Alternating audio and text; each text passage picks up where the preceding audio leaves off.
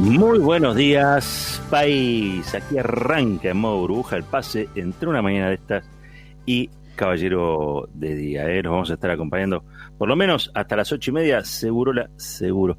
¿Cómo anda, señor Carlos Heller? ¿Cómo anda, señor Marco Cittadini? ¿Cómo anda Pablo Caruso? Hola, Roberto. Bien. Húmedos. Bien de lunes y húmedo, ¿no? Terrible el fin de semana este. ¿Vieron las fotos de Arrecifes, creo que es? Sí. Impresionante, cayó Saladillo piedra. también. Cayó piedra y parecía un tendal, un mantel blanco la calle.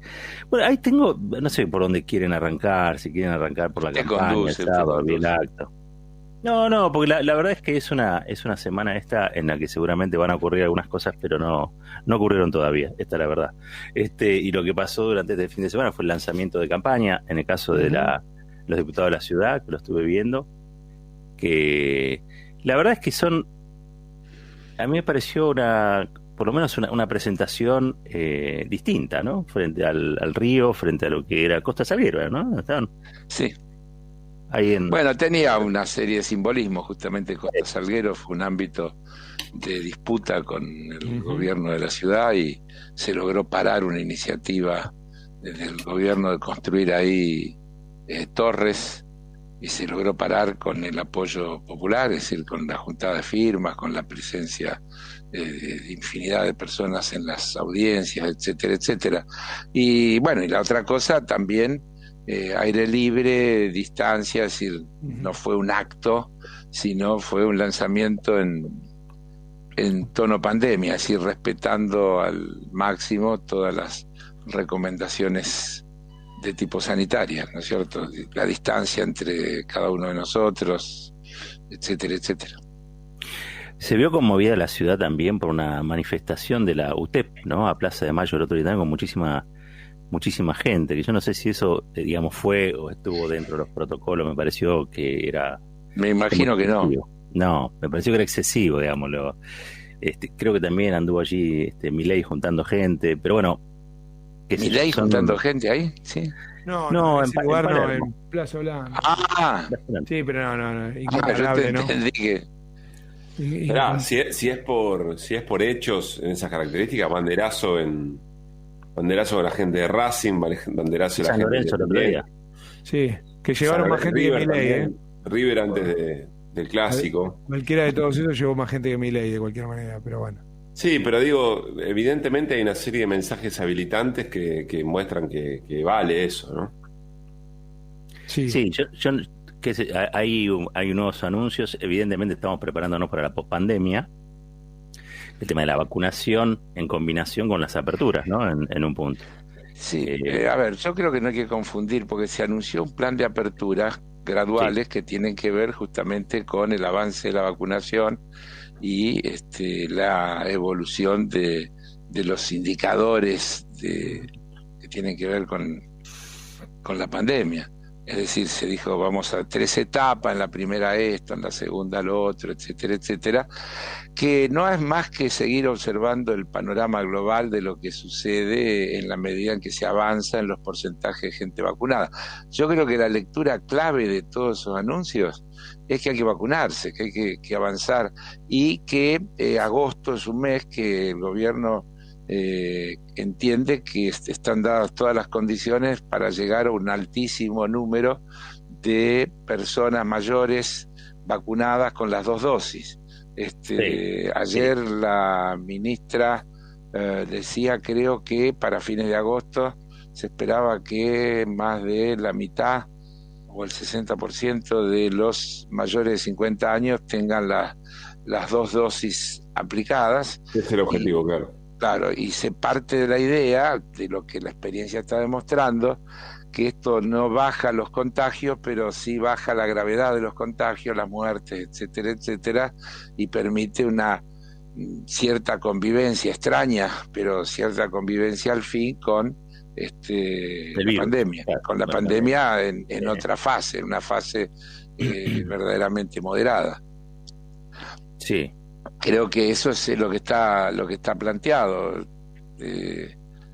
y en ese sentido hay anunciadas una cantidad de flexibilizaciones que tienden a que sobre todo a que la actividad se vaya normalizando y bueno, se vaya recuperando el trabajo, la economía, etcétera, en un momento en el que están dadas todas las condiciones para que eso suceda así. Por eso estamos viendo por todos lados indicadores positivos dentro de la crisis, porque cuando uno dice positivos, es decir, quiere decir que se han revertido las tendencias, se ha dejado de empeorar y se ha comenzado a mejorar, digamos. Este es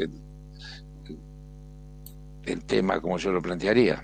Sí, la preocupación es, insisto, ¿no? Que son anuncios que claramente no son para mañana, no son para hoy, no es que no se anunció que a partir de hoy valía todo eso, pero se mencionan etapas y nuevos indicadores que dan, insisto, un mensaje habilitante, lo mismo que le habíamos criticado a Horacio Rodríguez Larreta hace una semana, ¿no? Sí. La actividad entiendo que no. La Reta anunció directamente, desde hoy se puede hacer tal cosa, y acá te están diciendo... No, la Reta anunció etapas. La Reta anunció etapas, una serie, 7 etapas, 6 etapas. Sí, que decían, desde hoy se puede hacer tal cosa, la semana que viene otra, etcétera, etcétera. Acá lo que se ha dicho es, vamos a un proceso de tal manera, pero por otro lado está refrendado con los indicadores reales, Pablo, porque cuando te dicen hace 8 semanas que están disminuyendo los casos, que están disminuyendo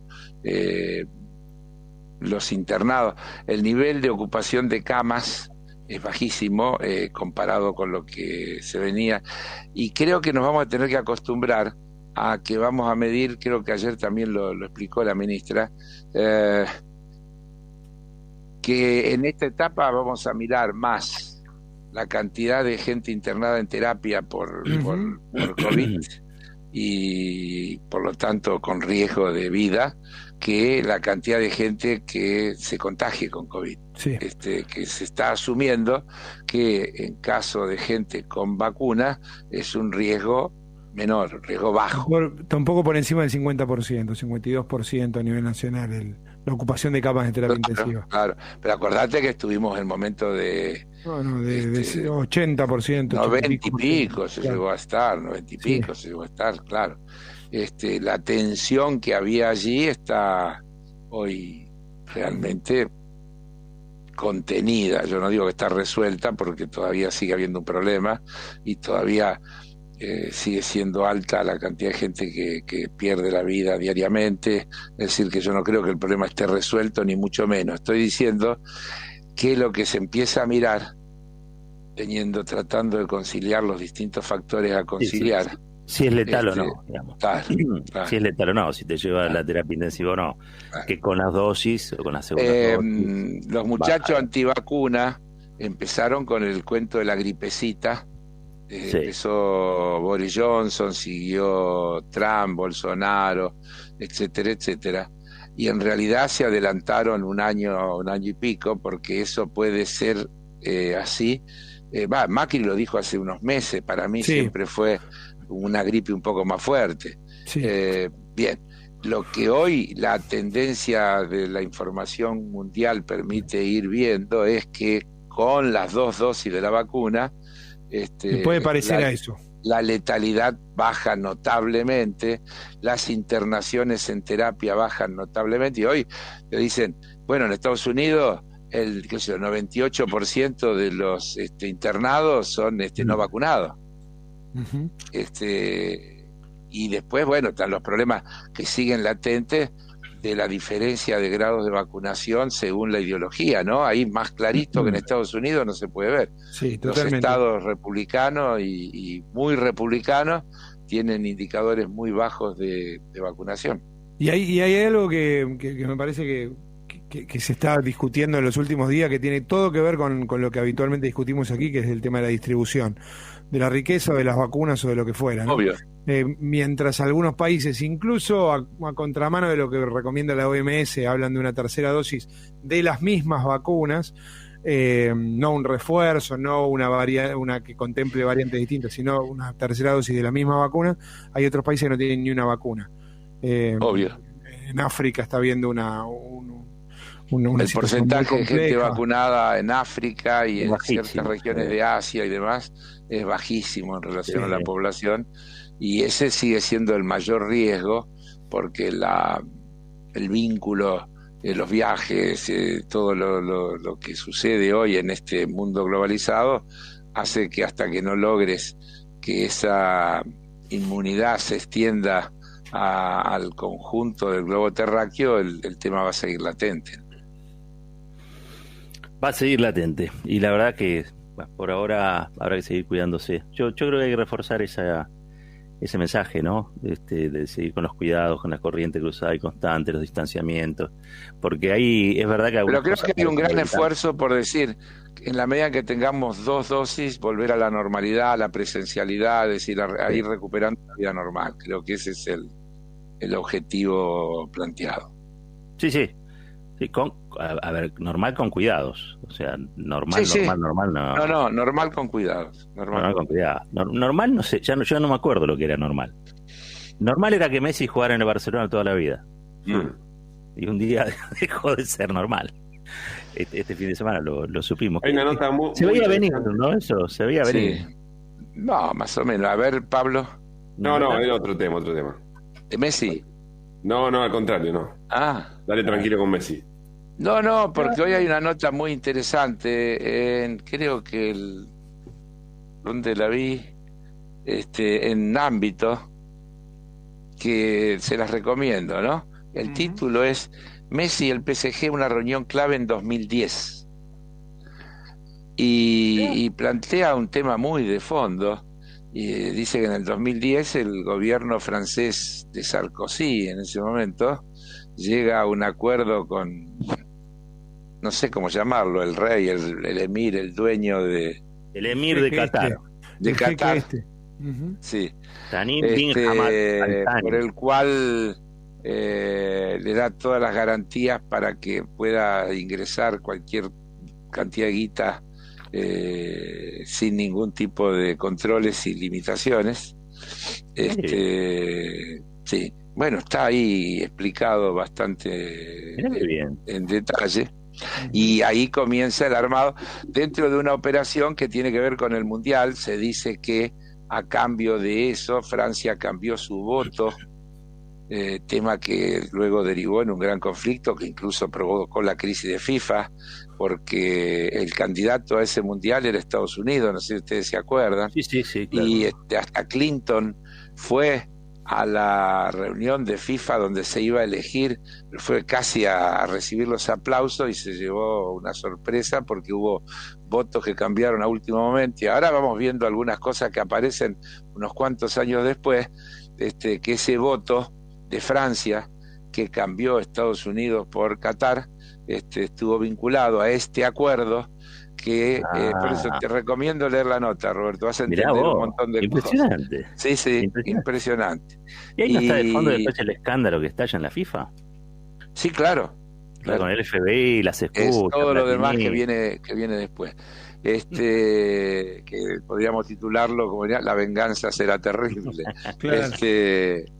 Bien, pero ahí está explicado el por qué al PSG no le ponen los límites, el fair play no le funciona de la misma manera que funciona en España, y entonces el PSG puede hacer inversiones, desembolsos, firmar contratos como el que va a firmar con Messi, que el Barcelona evidentemente no podía. Claro. Y bueno, ahí lo vamos a ver, capaz que con la camiseta del PSG a Messi. Llanto, ¿no? Cierre de toda una yo vida. Creo que son dos cosas, sí, claro. Y yo creo que todo eso es legítimo. Como él dice, fue a los 13 años, toda una vida. Y al mismo tiempo detrás hay una gran operación comercial enorme, ¿no? Que incluso tiene que ver con lo decimos ahora, con el Mundial de Qatar del año que viene. Claro. Pablito, vos tenías ahí algo para... No, tenía que ver con otra cosa, esa nota es espectacular también. No, tenía que ver más con el regreso a esa presunta normalidad. Hay una nota muy interesante ayer en Página que dice que bueno, que hay que ir preparándose, porque emocionalmente son cosas que van a ir costando, que no va a ser tan sencillo, digamos, como no subestimar el hecho del regreso a la presencialidad, porque va a implicar una enorme cantidad de cuestiones, digamos, ¿no? Pero no, tenía que ver con otra cosa, otro día lo charlamos más tranquilos. Ahora, pensando y juntando las dos cuestiones, ¿cuánta gente que había en el estadio ayer? Yo estuve viendo Racing Independiente, había bastante gente en el estadio, no estoy diciendo ni... Allegados. Allegados, como le dicen los comentaristas, ¿no? Hay muchos allegados. Que es medio mamarrachesco, porque viste que se suponía que la voz del estadio les pedía que no canten. Cuando metió el gol Independiente, imposible frenar a alguien que no cantara, digamos. Se me dio una ridiculez, ¿no? O sea, o los tenés o no los tenés, qué sé yo, no sé. Tampoco lo pensé demasiado, pero me llamaba la atención esto, de pedirle que no canten, ¿viste? Pero más de a poco va pasando en todos los clubes, ¿no? Es que pasa uno solo, ¿viste? Claro. Sí. No, pero eso está autorizado por la AFA seguro, no es que está pasando. Sí, lo que pasa es que ahora ya son mini hinchadas, digamos. Claro, ayer era una mini hinchada, exactamente. En el Boca River había 50 por cada lado. 50, 60 personas había nomás. Creo que en Godoy Cruz también hubo mucha gente. En Mendoza había más gente ayer. Sí, hablando de mucha gente, perdón, no que yo vuelva sobre el tema, pero la movilización esta de los cayetanos, uno de los temas que propusieron, creo que Carlos vos ya fijaste ahí posición en relación a eso, pero uno de los temas es el salario universal, ¿no? Salario mínimo universal. Es una de las cosas que tratan de instalar en la agenda. Se erigen ellos como representantes de los trabajadores informales, digamos, ¿no? De la economía popular, claro. De la economía popular. Pero bueno, nada, juntaron mucha gente. A ver. No, digo, primero, esto es un hecho real que existe y que hay una cantidad de gente con graves problemas de trabajo y de informalidad y demás. Es uno de los graves problemas que tiene la Argentina que resolver. Es lo primero que hay que poner sobre el tapete, porque si no damos vuelta al análisis. Lo que yo dije y sostengo es que los planes asistenciales tienen que ser transitorios camino a, y que lo que tenemos que tener como aspiración es un país que vuelva a generar trabajo registrado, trabajo genuino, trabajo que le da sustentabilidad a los sistemas previsionales, trabajo que le da estabilidad a los trabajadores, desde el punto de vista de la seguridad social, la ley antidespido. Vos fijate que estos días vimos una nota, por ejemplo, de un estudio que si no se hubieran prohibido los despidos, hubiera habido 700.000 trabajadores formales menos en producto. Es decir, cómo juega, porque todo el sistema de las leyes protectivas. Entonces, frente a la crisis, las leyes protectivas son fundamentales, pero la solución de fondo tiene que ver con que vayamos avanzando a un mercado interno más demandante. Hace un ratito Marisa Duarte, Marco, estaba explicando lo importante del comercio exterior, pero que es una porción pequeña de la economía. Hoy leía una nota que decía que ha crecido muchísimo el ingreso que tiene el Estado por vía de las retenciones, pero que son algo así como el 8,6% de los ingresos fiscales. Es decir, la actividad fundamental tiene que ver con el mercado interno, la creación de trabajo fundamental tiene que ver con el mercado interno. El grueso del empleo lo dan las pymes no exportan, hay algunas, son un modelo, hay que alentarlas, está bien, pymes tecnológicas de punta que pueden salir a competir, todo eso está bien, pero lo grueso, lo fundamental son los que trabajan para abastecer el mercado interno. Entonces hay que seguir alentando políticas como esta que se intenta con la mayor financiación para favorecer el consumo de productos fabricados en la Argentina.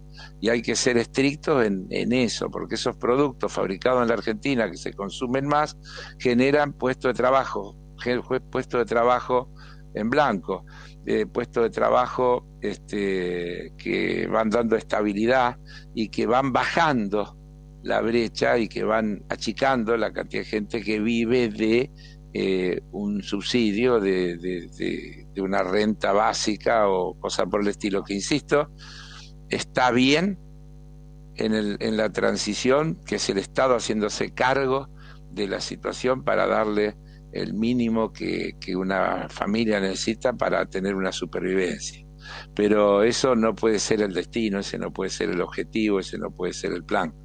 El plan, a mi juicio, tiene que ser ir cambiando eso por trabajo, ir modificando eso por trabajo. Eso creo que tiene que ser así. Y pensando en el trabajo con una visión hasta más amplia, no solo desde el punto de vista del ingreso, no solo desde el punto de vista de la seguridad social, sino también desde el punto de vista de la integración de la gente, ir a trabajar, y como ahora cuando hablamos de presencialidad, bueno, yo creo que la presencialidad tiene otros valores además.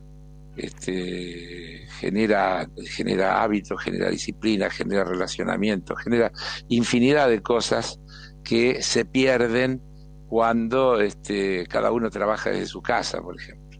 Por más que sea este maravilloso aparatito que nos permite verlo y nos conecte y demás, no es lo mismo que si estuviéramos todos juntos en un lugar. No es lo mismo. Bueno, y eso vale en cualquier trabajo. Habida cuenta que además hay un montón de trabajos, los que agregan valor, los que son difíciles de imaginar hechos de manera remota, ¿no es cierto? Cuando vos tenés que convertir un capullo de algodón en una tela, no lo vas a poder hacer de manera remota. Se podrá hacer con menos gente porque la tecnología reemplaza seres humanos, pero la cantidad de seres humanos que siempre va a tener que estar ahí van a ser irreemplazables. Ahora, tengo una pregunta, volviendo a este asunto de San Cayetano y de la UTEP, ¿no? Porque efectivamente ellos se erigen como representantes de un sector, de los trabajadores informales, y el Ministerio de Trabajo parece estar dándoles la derecha en esto, porque digo, hay personería, hay un avance hacia cierta constitución como de un gremio, que a mí se me escapa, pero literalmente se me escapa de cómo podría ser posible. Digo, porque es muy difícil, acá no va a haber en algunos casos trabajo formal, digo, ¿quién paga las vacaciones? Digo, ¿dónde se es que vos lo estás viendo así, yo creo que no es eso, es decir, creo yo, no soy un especialista, pero creo que el tema fundamental es la organización de la representatividad. No es que el gremio se va a convertir en el empleador. Lo que va a tratar es de asumir la representación de todo el sector de la sociedad ante el Estado para ir obteniendo con las derechos. Diferentes realidades que tenga cada persona de ese sector. Claro. No es un gremio con, digamos, las características tradicionales de un gremio. De cualquier manera, hay muchísima gente, los cuentapropistas, los monotributistas, y una enorme cantidad de gente que tiene trabajos y que tal vez no tiene una representatividad organizada, ¿no? Que no sé si es exactamente esto, me parece que no, pero quiero decir que hay mucha gente en este país que, producto de la forma en que se ha ido organizando el trabajo, tiende a ser suelto, autónomo, y no pertenecer a organizaciones, y eso también es malo. Estar organizado también tiene un valor cultural de disciplina social y demás que siempre hay que valorar. Creo que es algo que tendrá que ir encontrando cauces. Yo no tengo creo que nadie tiene. Hay una iniciativa de una organización de asumir una representación, de que esa representación aspirará también a tener una presencia en los organismos del movimiento obrero organizado. Es decir, bueno, hay trabajadores que tienen trabajo y hay trabajadores que no tienen trabajo. Y esos trabajadores que no tienen trabajo también tienen una representación organizada en la mesa donde se discuten las políticas que el sector de los trabajadores a su vez negocia con empleadores y con el Estado. Claro, porque una de las marcas del neoliberalismo de los últimos años en el mundo y en la Argentina en particular es la exclusión, o sea, la exclusión del trabajo formal. Así es. Y la invención de trabajos alternativos, ¿no? De subsistencia. Ese es el paisaje que nos dejó el neoliberalismo en cuanto a organización es ese también. Sí, sin perjuicio de lo cual, cuando Estados Unidos quiere marcar cómo está mejorando su economía, marca la caída del paro, es decir, la cantidad de gente sin trabajo. Si bien allí efectivamente no existen una cantidad de legislación, si se puede tomar y echar con la misma naturalidad, y entonces alguien que lo tomaron esta semana, por ahí a la semana siguiente se quedó sin trabajo. Sí. Y comer no existe, y descomer. Y no hay, claro, y no existe indemnización. Cuando tienen que medir o mensurar el éxito de su política económica, lo ponen en función de los empleos registrados. Así es. Claro. Porque Suena eso loco. también está indicando la cantidad de consumidores, está indicando una cantidad de cuestiones. Sí. Entonces quizá podemos hablar de los excluidos en la periferia, ¿no? Porque los países de la periferia. No, allí también hay muchos. Sí. Porque, si no, Trump no hubiera sido presidente. Claro, hay muchos. ¿Vieron cómo recibió Bolsonaro a Sullivan? Dicen, yo no sé si es cierto, pero estuve leyendo que le dijo algo así como que qué mal que Trump había perdido en los Estados Unidos, algo por el estilo, digamos, ¿no? Al enviado demócrata. Dice que salió medio espantado Sullivan de... Es un experto en relaciones internacionales. Algo así, no es exactamente, pero algo por el estilo, ¿viste? Como si hubiera confundido, hubiera continuidad entre un gobierno y el otro. Aparentemente también Sullivan venía con algún mensaje duro y crítico respecto a una serie de cosas como el Amazonas, los temas del medio ambiente, incluso algunas cuestiones sobre este intento de modificar el régimen electoral, aún hasta los extremos que viene planteando Bolsonaro. Dice que si no se cambia puede no haber elecciones, llegó a decir. Es decir, claro, es medio grabón el asunto. De cualquier manera, respecto de esas visitas como la de Sullivan, yo quiero decir que me queda un minuto para no subestimar. Secretario de Seguridad de los Estados Unidos han sido Robert McNamara, Brzezinski, ¿quién más se me escapa? ¿Cómo es? Kissinger, ¿no llegó a ser Kissinger, claro. Es un cargo que en la política de Estados Unidos y del mundo tiene una enorme trascendencia. ¿Cuáles fueron los alcances, cuáles fueron las consecuencias y demás? Lo vamos a ir viendo con el correr del tiempo. Creo que habría que tomarlo siempre con prudencia, habida cuenta que pareciera que a la Argentina no le fue mal en general en los planteos que el país hizo, pero creo que hay que ser cuidadoso y prudente. Hola Sandra, ¿qué tal? Cuando llega Sandra yo me voy. Te propongo que lo retomamos mañana lo de Sullivan. Retomamos ahí un poquito la relación bilateral y todo eso. Gracias, Carlos, que tengas lindo día. Chao, que te vaya Marcos bien. Cittadini, buena jornada. Lo mismo para ustedes, Sandra. beso grandote. Chau. Nos vamos a las noticias de 8:30 aquí en la 990. Cuando regresamos arranca Caballero de Día. Ya venimos.